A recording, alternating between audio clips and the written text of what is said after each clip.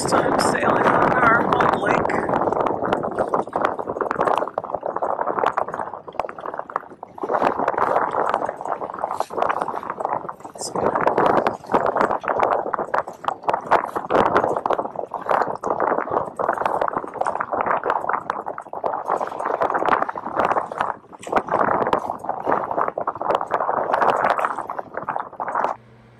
You want to talk about lesson number 3?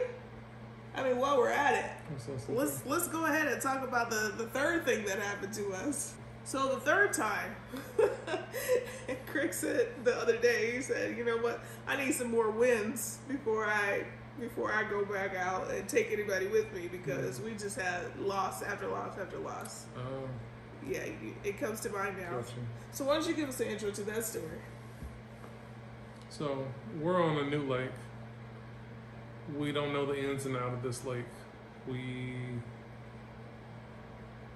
go out sailing on a beautiful day, you know. We go from one end of the lake to the other end of the lake, which took forever. And, you know, we get to the end of the lake and we turn around, we start coming back, and the wind is done for the day. The wind is extremely low. It was like 4 or 5 knots. Yeah, I was thinking 3. Well, it was really low where we weren't moving. We weren't moving at all. We were just out there floating, and you know the lake just looks like glass. Like glass, yeah. Because it is not moving. Right. It was very, very pretty. You know, so it's sunset, and you know, sun's going down. It's beautiful sunset. You know, you got all the oranges and purples in the sky, and you know, it's like, hey, you know, we need to get back to the marina, because you know, we don't know the ins and outs of this lake. So we start at the motor and we're just heading back to the marina and trucking along, and you know, we're doing about 5 knots. Mm-hmm. And then we're doing 0 knots. Why are we doing 0 knots?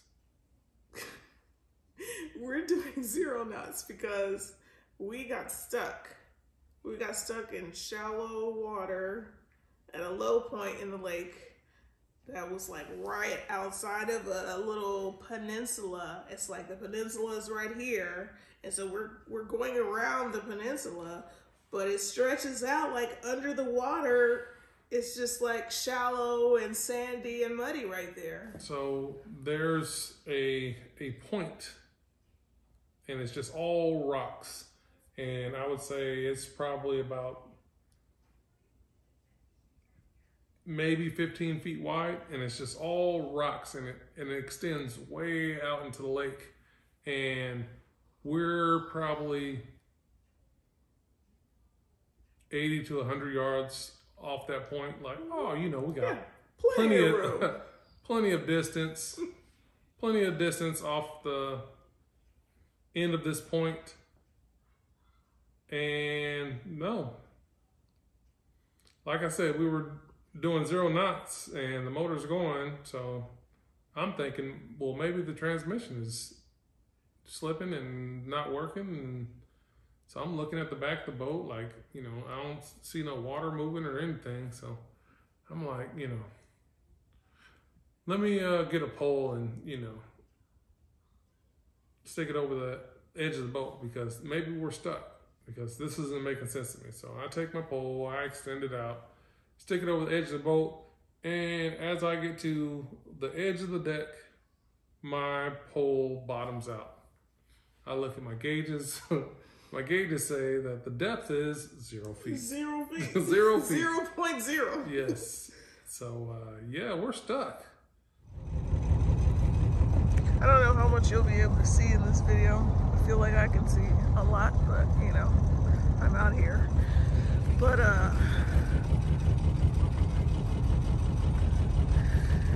you see this mound behind us? Well, apparently dirt, sand, and mud from that mound stretches out to where we are. Because right about now we are stuck Our keel is stuck in the mud.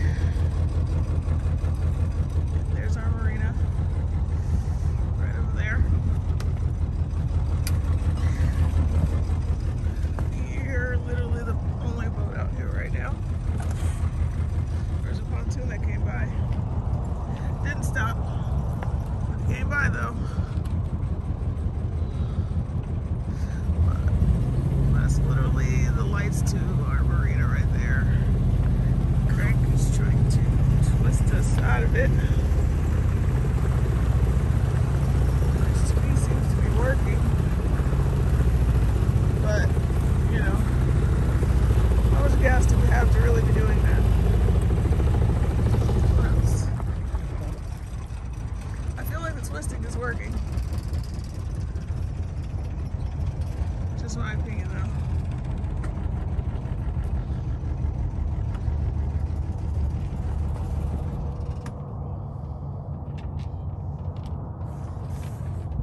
What'd you say, Craig?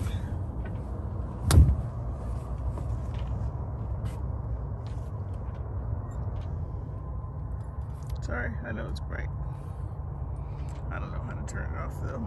That's the only problem. Say you, Craig. Maybe raise the sail. Maybe it'll kill the boat enough To get us off? yeah. All right, let's try that then. Couldn't hurt. You know, we did not know what to do, so Yeah, we did not want to get another tow. I started it up again, and you know, I tried to go in reverse. I tried to go forward. I was like, well, maybe fishtail. Let me turn, and all I could get the boat to do was turn. Spin around. It would turn. It would turn. I could turn back and forth, but I could not move forward or backwards. And you know, my wife was like, "Man, I don't want to get another tow. Maybe we can wait it out." Yes. Me, I'm just, let's just get it out of this spot. But you know, I went with what she wanted to do, and we waited it out. And you know, I guess it was cold. The low for that night was 55 degrees, and you know, we didn't have any jackets, any blankets. You know, we had jackets, but we left them in the car. We left them in the car because it's such a beautiful day. Because, you know, we're not planning on needing them on the boat. Because, you know, it was high 60s that day. Yeah, it was like low 70s that day. 72, 73 degrees. So, you know, jackets are in the car, you know, which I brought just in case. But didn't take it to the boat. And, you know, we had taken all the extra sails. We had started de-junking the boat. Yeah. So we didn't have anything on the boat. So we decided that we were going to spend the night on the boat and see if anything changed in the morning, or if, you know, another boater would be able to pull us out, you know, to save us the money of getting a tow. And we threw out an anchor, even though we knew we weren't going to go anywhere. Right. Just on a fluke, if we did move, you know, we wouldn't crash into anything.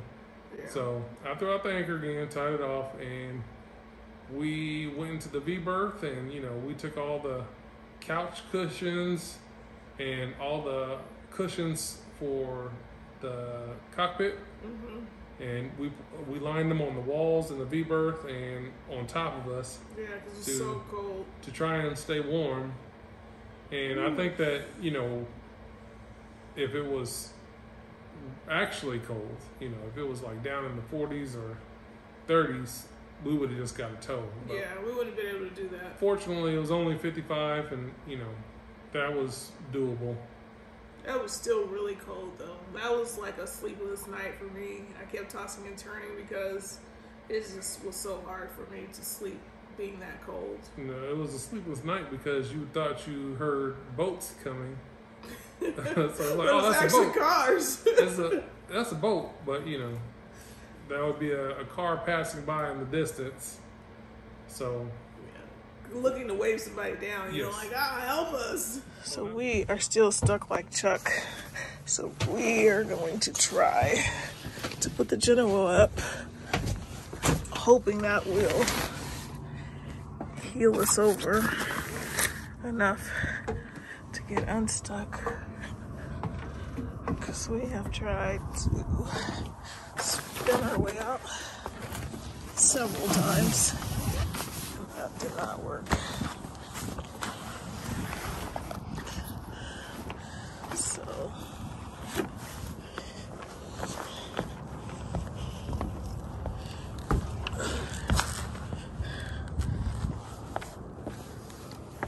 So how many boats passed and didn't offer assistance? Just that one. Well, I guess there was that first one, but We didn't ask for assistance with that one. But Craig had the very super bright LED lights on and was waving his arms and said, "Hey." And they were like, "Nah." Say that again? negative. Right. Not today. Not today.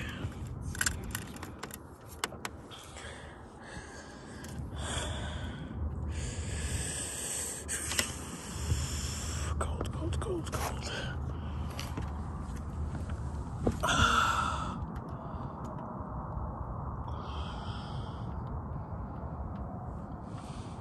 Before we went to sleep, I got out.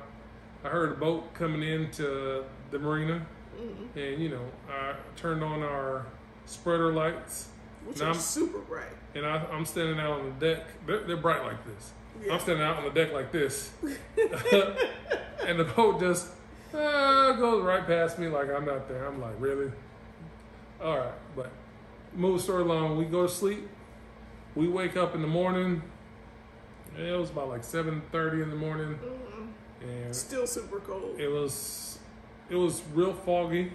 It was real foggy on the lake, and again, no wind, because it said that there was going to be about 13 knots of wind at like 10 o'clock in the morning. So that's why we were going to wait it out and see if maybe we could get some wind and, it would heal the boat over enough to, get us unstuck. Right. So when we went to sleep, we left the mainsail up because that's the only sail that we have. At that time. At that time, we had the Genoa on the boat, but we didn't have it installed on the furler. We didn't have it installed on the furler, and the shackle. We had a D-shackle that was on the furler to connect to the Genoa, but it was too narrow it was too small to even put up there. So we were hoping to put the sails up and get enough wind to heal over enough. I mean, we were trying to come up with any idea we possibly could, like, hey, let's shake the boat. Like, we were trying to shake the boat out, like shake it, lean it to one side. We're both hanging off the boat trying to get it to heel over so we could get the keel unstuck. I mean, we even talked about, hey, so you want to hoist me up to the spreader so we can kind of put some more weight and lean it over? No. But he wasn't trying to do that. Somebody's going to end up in the water. Right. But, so we wake up about 7:30. We look at the wind again, and it has changed from 13 knots down to like 6 knots. And it's like, yeah, that ain't going to happen. So let's, start the boat up, see if we can, turn the boat, zigzag out of the mud, or call a tow because, wind ain't coming. So we start the boat up, and I guess when I started the boat up, it was still in forward, and we started moving. Yeah, it just started to go. And we started looking at each other like, are we moving? Are we moving? And we just moved and motored away like nothing happened. Oh and, overnight we didn't move at all, Not even a little. My anchor, which I just threw out as far as I could, and then, put enough line out so that, you know, if we did move, we would have some scope on the anchor, you know. I just had a bunch of, you know, line going to the anchor right next to the boat, and the anchor was exactly where I threw it. Yep. So, you know, that was very weird to just wake up, start up, and move off like nothing happened. And as soon as we take off, here comes a boat out of the marina, you know. So we wave like, oh, good morning. right. So I don't know, it just worked out, no tow. Oh my God. Greg just started it up and we moved. Oh my God. Thank you, Jesus. You see that spot where we were stuck all night? Oh my Lord, thank you. Oh my God. Oh, look, you can see exactly where we were. That little rut right there. Oh my goodness, right there. That's where we were stuck. And here we are. Oh my God. I can't believe it. We get to go home to our kids. We get to go have a meal. We get to be warm.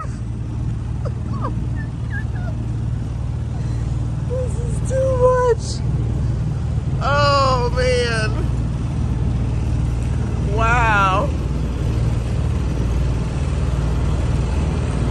I cannot believe it. There is a boat out. You see that? P.S. You got lipstick all on your lips. So what were you doing to pass the time? Might want to clean some of that up. So I didn't think there would be any boats out today. I didn't either. But sure enough, there is one. Well, hey, hey.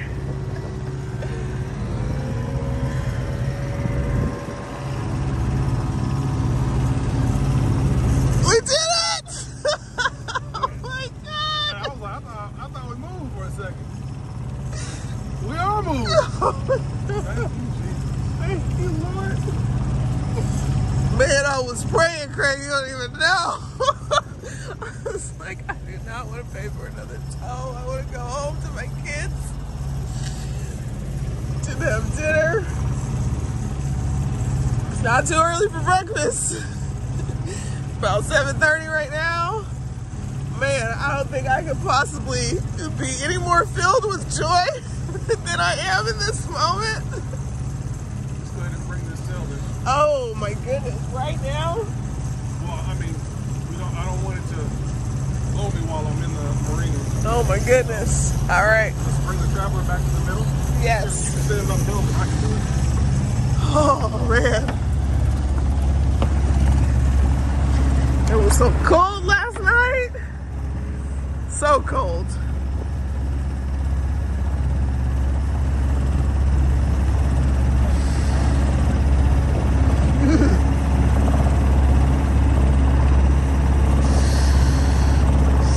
So cold.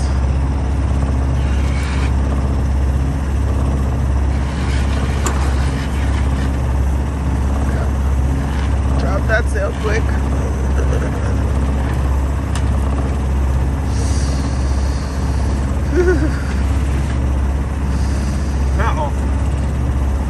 Yes. Greg was saying, oh, we slept out in the cold for nothing because we're still going to have to pay for that tow.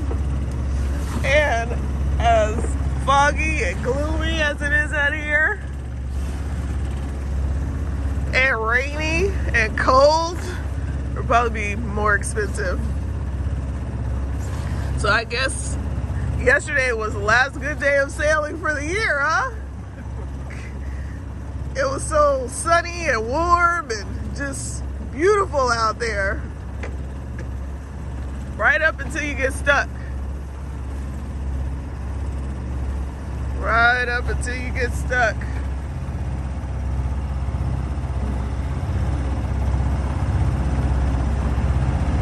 Happy to see my marina. I feel like I need to idle down, Greg.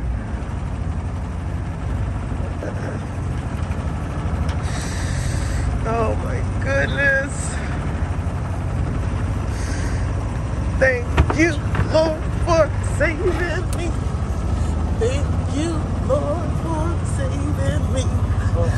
Oh, my soul cries hallelujah. Thank you, Lord, for saving me. Yeah, a wise investment. We definitely need a battery pack. We need to keep some foul weather gear on the boat because it was freezing. We need to keep blankets. Because just because it started off sunny, man, it was cold last night. I mean, super cold. Like, hard to sleep cold. But thank you, Jesus. He shook us loose from that sandbar right over there. Am I in your way? Woohoo. It is cold. Coldy, cold. I can't wait to dock. Woo-hoo, my little teeth are chattering.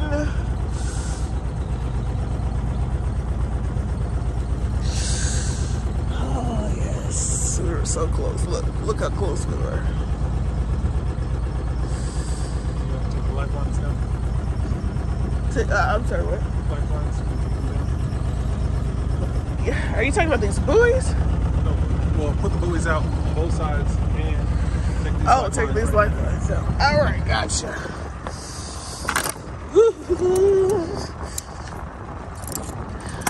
Lifelines. Put these buoys out. That's not how that song goes, but I don't care. Buoys. Get out there. Get on out there.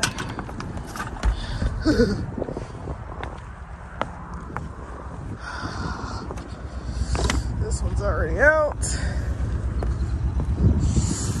Get you out there. Get you out there. Let's get back to work, everybody. We're going home.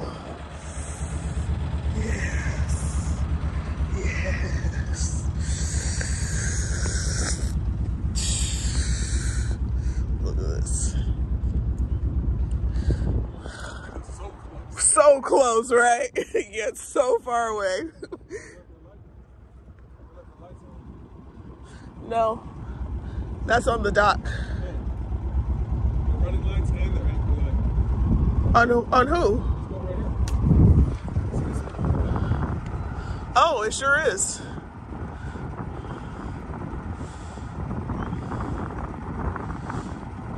Must have been the boat that passed you up last night. Like, nope, will not be helping today.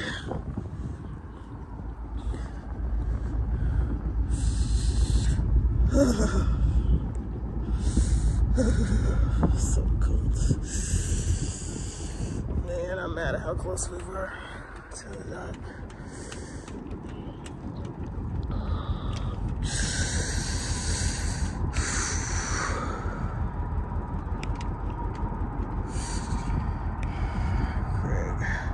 Bringing it in slow. You want me to get off and do something? Okay. Craig didn't need me to get off. Look at this.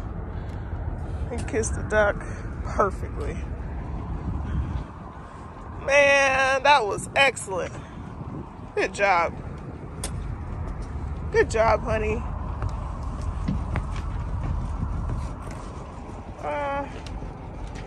I could have got that for you.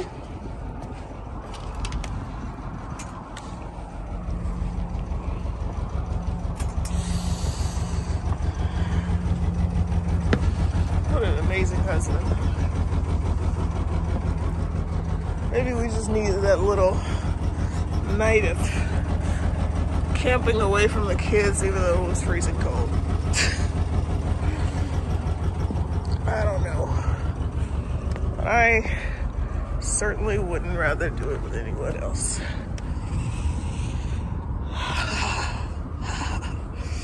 Meanwhile, I'm being useless because I'm literally coming over here after he's done. Bruh.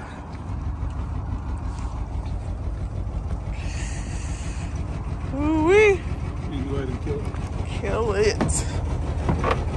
Gladly. I get to go home. Oh. Turn the lights and the battery on. Yes, sir. Aye, aye, Captain.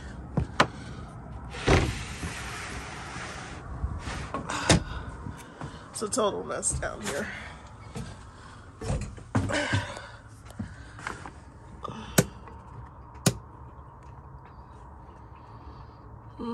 Battery off. Bruh. Let me show you how we did. Look at this. So you see all the cushions are gone, right? It was so cold. We took the cushions and put them against the wall in the V-berth. And that actually helped quite a bit. These were our blankets. These outdoor cushions. It was freezing cold. Here's our genuine. Just thrown down here because we just couldn't hack it.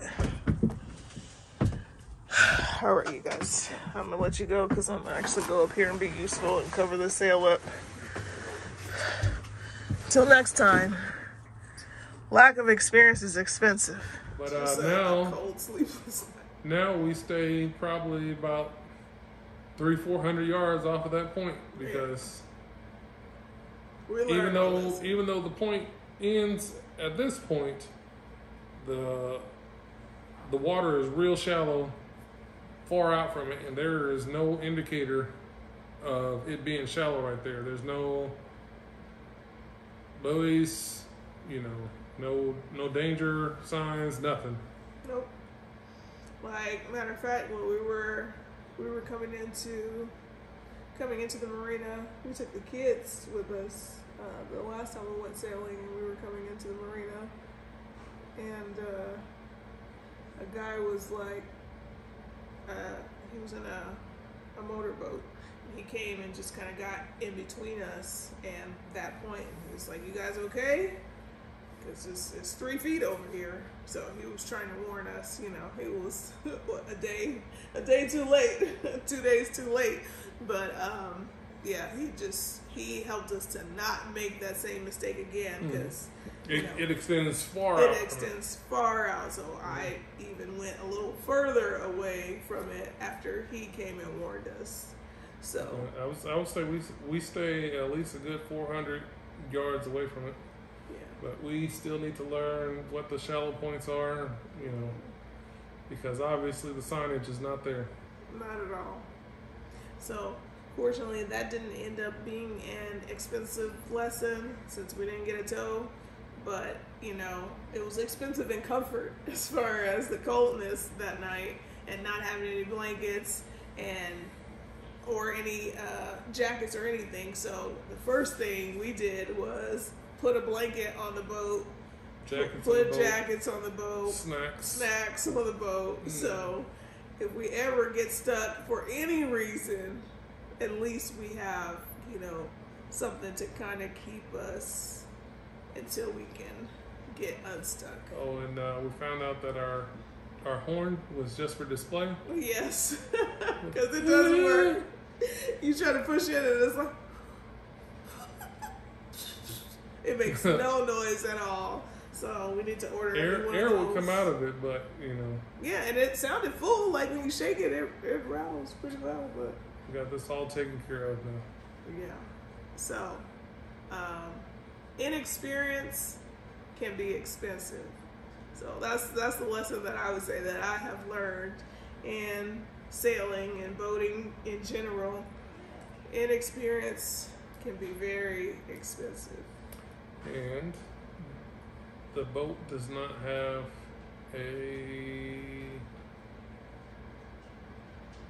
fuel and water separator.